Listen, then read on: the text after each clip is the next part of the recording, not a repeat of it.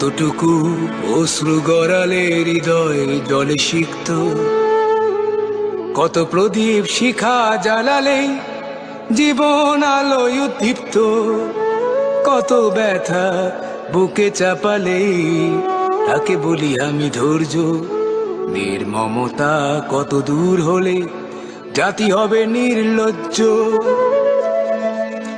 আমি চিৎকার করে কাঁদিতে চাহিয়া করিতে পারিনি চিৎকার, আমি চিৎকার করে কাঁদিতে চাহিয়া করিতে পারিনি চিৎকার।